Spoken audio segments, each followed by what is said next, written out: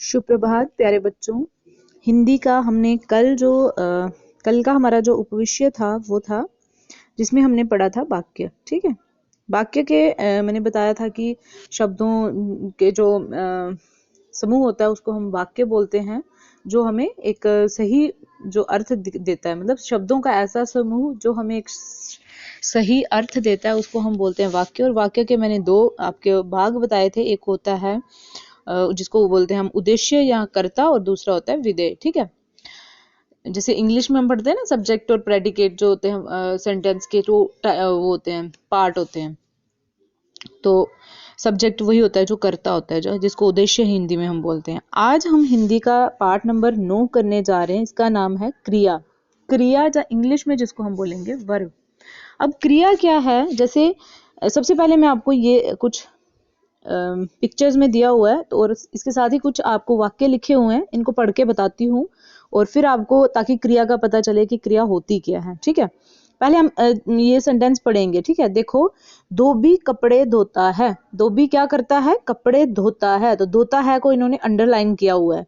आप ध्यान से देखते जाना कौन कौन से शब्दों को इन्होंने शब्दों के नीचे इन्होंने रेखा खींची है। ठीक है, उसके बाद है चिड़िया आकाश में उड़ती है। चिड़िया आकाश में क्या करती है? उड़ती है। कुत्ते भौंकते हैं। कुत्ते क्या करते हैं? कुत्ते क्या करते हैं? भौंकते हैं। यहाँ पे आपको पता चल रहा है कि ये धोबी भी कुछ कर रहा है, चिड़िया भी कुछ करती है, कर रही है या करती है, कुत्ते भी कुछ करते हैं, है ना। उसके बाद हिरन तेज दौड़ता है। हिरन क्या करता है? तेज दौड़ता है। ये देखो, इसके लाइन नीचे भी इन्होंने रेखा खींची है। उसके बाद है माली पौधों को पानी देता है। माली क्या करता है? पौधों को पानी देता है। उसके बाद है पत्ता पेड़ से गिरता है। पत्ता क्या करता है? पेड़ से गिरता है। और बच्चा साइकिल चलाता है। बच्चा क्या करता है? जैसे पिक्चर में ये देखो, बच्चा साइकिल चलाता है। और दीक्षा दूध पीती है। दीक्षा क्या करती है? दूध पीती है। ये देखो दीक्षा, ये देखो पहला धोबी, उसके बाद चिड़िया, ये कुत्ते वाला, और ये हिरन वाला, ये माली है, और ये पत्ता है। अब आप देख रहे होंगे कि ये जो सारे वाक्य हैं, सारे वाक्यों में जो काम हो रहा है उसी को हमने अंडरलाइन किया। जैसे यहाँ पे दो रहा है, कपड़े धोता है, तो धोना एक काम है। उड़ती है, उड़ रही है, मतलब ये भी कोई काम हो रहा है। उसके बाद भौंकते हैं, तो भौंकना ये भी कोई काम हो रहा है। दौड़ता है, मतलब दौड़ना भी कोई काम हो रहा है। पानी देता है भी एक काम हो रहा है। और उसके बाद गिरता है, ये भी कोई काम, मतलब कुछ हो रहा है ना, कोई काम हो रहा है। चलता है, चलाता है, ये भी कोई काम हो रहा है। और पीता है, पीती है, ये भी कोई काम हो रहा है। तो क्रिया हम उन शब्दों को कहते हैं, वो शब्द जिनसे किसी काम के करने, क्रिया उन शब्दों को कहते हैं जिन शब्दों से किसी काम के करने या किसी काम के होने का हमें पता चलता है, उन शब्दों को हम बोलते हैं क्रिया। क्रिया कौन से शब्द होते हैं?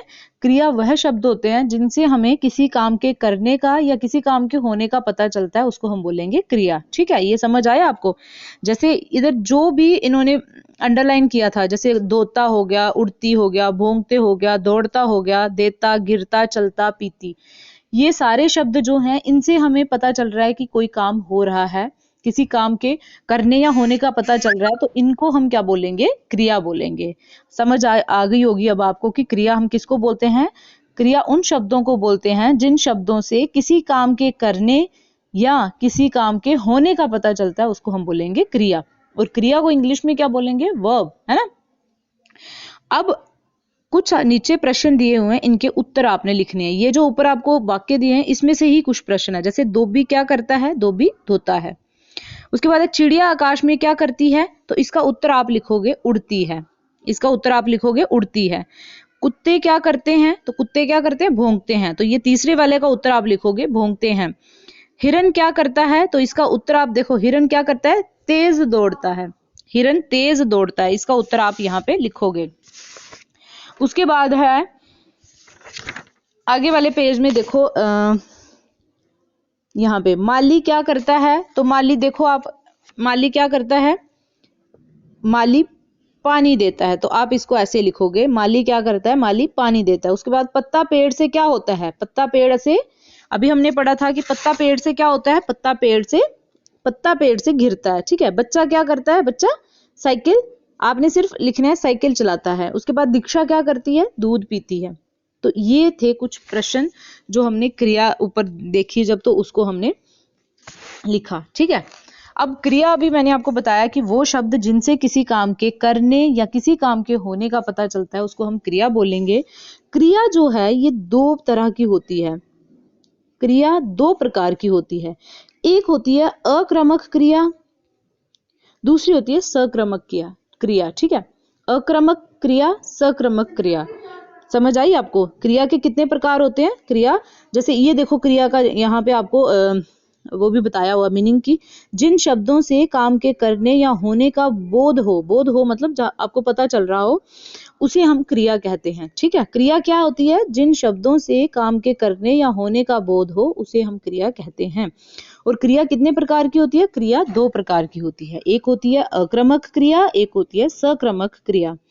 अक्रमक क्रिया और सक्रमक क्रिया के बारे में आपको यहाँ पे बताया नहीं है, उनकी सिर्फ आपको यहाँ पे उदाहरण दिए हुए हैं, लेकिन मैं आपको पहले बताती हूँ, उसके बाद हम उदाहरण पे आते हैं। ठीक है, अक्रमक क्रिया क्या होती है?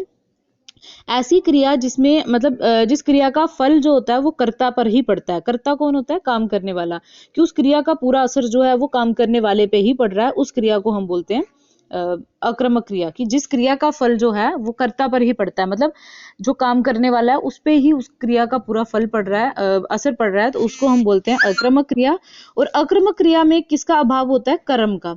ठीक है, कर्म क्या होता है ये आप अभी आपको मैं ये जब सक्रमक क्रिया पढ़ेंगे ना, इसमें मैं आपको बताती हूँ। ठीक है, कर्म जैसे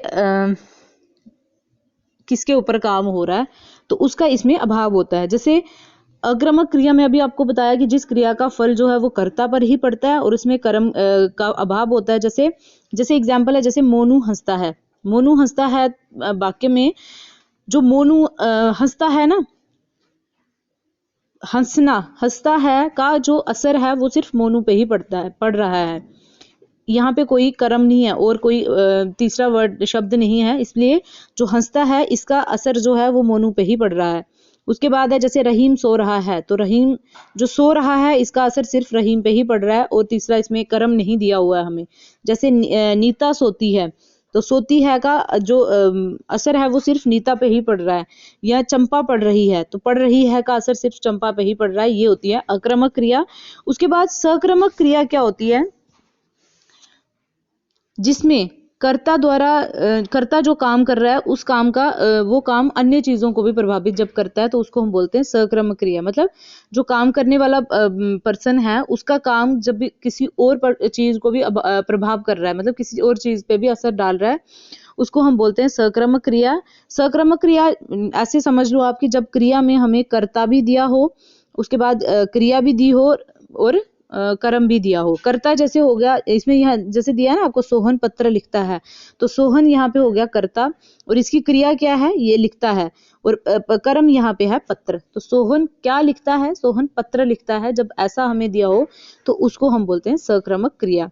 ठीक है, मतलब अक्रमक क्रिया आप शॉर्ट में याद रखो, वो क्रिया जिसमें कर्म का अभाव होता है, और सक्रमक क्रिया वो क्रिया होती है जिसमें कर्ता, कर्म और उसके बाद है क्रिया जो है वो तीनों उपस्थित होते हैं। ठीक है, इसके बाद है निम्नांकित चित्रों के काम के होने का बोध होता है। नीचे कुछ चित्र आपको दिए हुए हैं, इनसे कई काम के होने का हमें पता चल रहा है। आप चित्रों को देखिए और समझिए। जैसे यह हवाई जहाज है, यहाँ बहुत से जानवर हैं, भारत रत्न भीमराव अंबेडकर हुए, अब्दुल कलाम राष्ट्रपति थे। अब इन चित्रों में हैं, थे, हुए शब्दों से काम के होने का आभास हो रहा है और ऐसे शब्द भी हमारे पास क्रिया होते हैं। अब एक चीज आपको और नोट करनी है कि जैसे वाक्यों में जो क्रिया है ये लिंग और वचन के अनुसार, इस लिंग जैसे स्त्रीलिंग है या पुल्लिंग है उसके अनुसार, या वचन में जैसे एक वचन या बहुवचन है उनके अनुसार भी ये चेंज होती है। ठीक है, क्रिया वर्ब जैसे चेंज होता है ना, जिसमें एस या एस लगता है जब हम वो बोल रहे हैं। उसके बाद आपको कुछ प्रश्नों के उत्तर लिखने हैं। जैसे क्रिया किसे कहते हैं? तो क्रिया अभी मैंने आपको यहाँ पे ये देखो क्रिया बताया कि जिन शब्दों से काम के करने या होने का बोध हो कि जिन शब्दों से काम के करने या होने का बोध हो उन्हें क्रिया कहते हैं। ये आपके क्रिया वाले प्रश्न का उत्तर आ गया, ये आपने इधर लिखना है। और क्रिया के भेद लिखिए। तो क्रिया के कितने भेद होते हैं? अक्रमक क्रिया और सक्रमक क्रिया।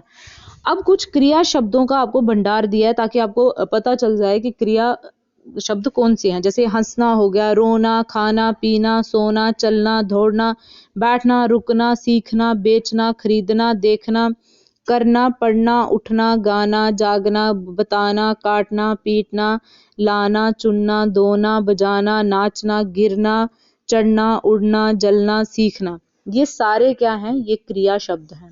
क्रिया शब्दों का ये भंडार है, ये सारे इसमें क्रिया शब्द हैं। भैया बहन जी, निम्नलिखित चित्रों में काम का करना हो रहा है। देखिए, सोचिए, समझिए, क्रिया शब्द को रेखांकित कीजिए। जैसे टीवी देखना, तो यहाँ पे क्रिया क्या है, देखना। पतंग उड़ाना, तो यहाँ पे क्रिया क्या है, उड़ाना। साइकिल चलाना, तो यहाँ पे क्रिया क्या है, चलाना। कपड़े प्रेस करना, तो यहाँ पे क्रिया क्या है, प्रेस करना। दूध पीना, तो यहाँ पे क्रिया है, पीना। ठीक है।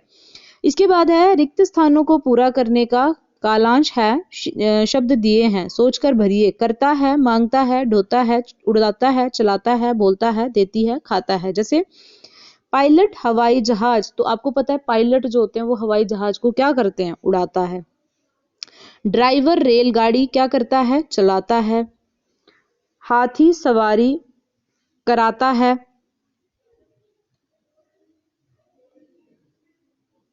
पुनीत आम खाता है।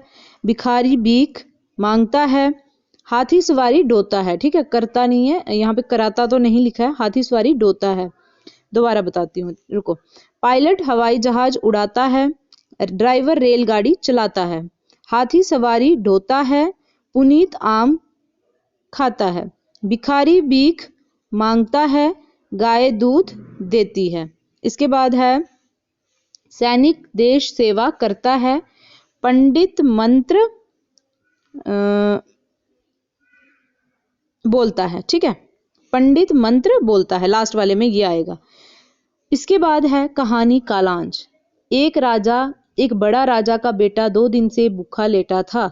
3 महात्मा देखने आए। आचार्य 4 दवा की पुड़िया लाए। 5 मिनट में गरम कराई, 6 घंटे बाद पिलाई। 7वें दिन फिर आंखें खोली। 8वें दिन रानी से बोला। 9वें दिन कुछ हिम्मत आई। 10वें दिन फिर दौड़ लगाई। उपर्युक्त चित्र में कुछ काम करते हुए दिखाई दे रहे हैं। ये आपको कुछ यहाँ पे चित्र दिखे हुए हैं, आपको इधर कुछ काम करते हुए दिखाई दे रहे हैं। आपने 2 काम लिखने हैं। जैसे यहाँ पे ये खटिया भुन रहे हैं, या इधर ये पानी निकाल रहे हैं कुएं में से, या यहाँ पे ये चरखा काट रही है औरत, है ना। तो आपने कोई 2 काम लिखने हैं, वो आपने खुद करने हैं।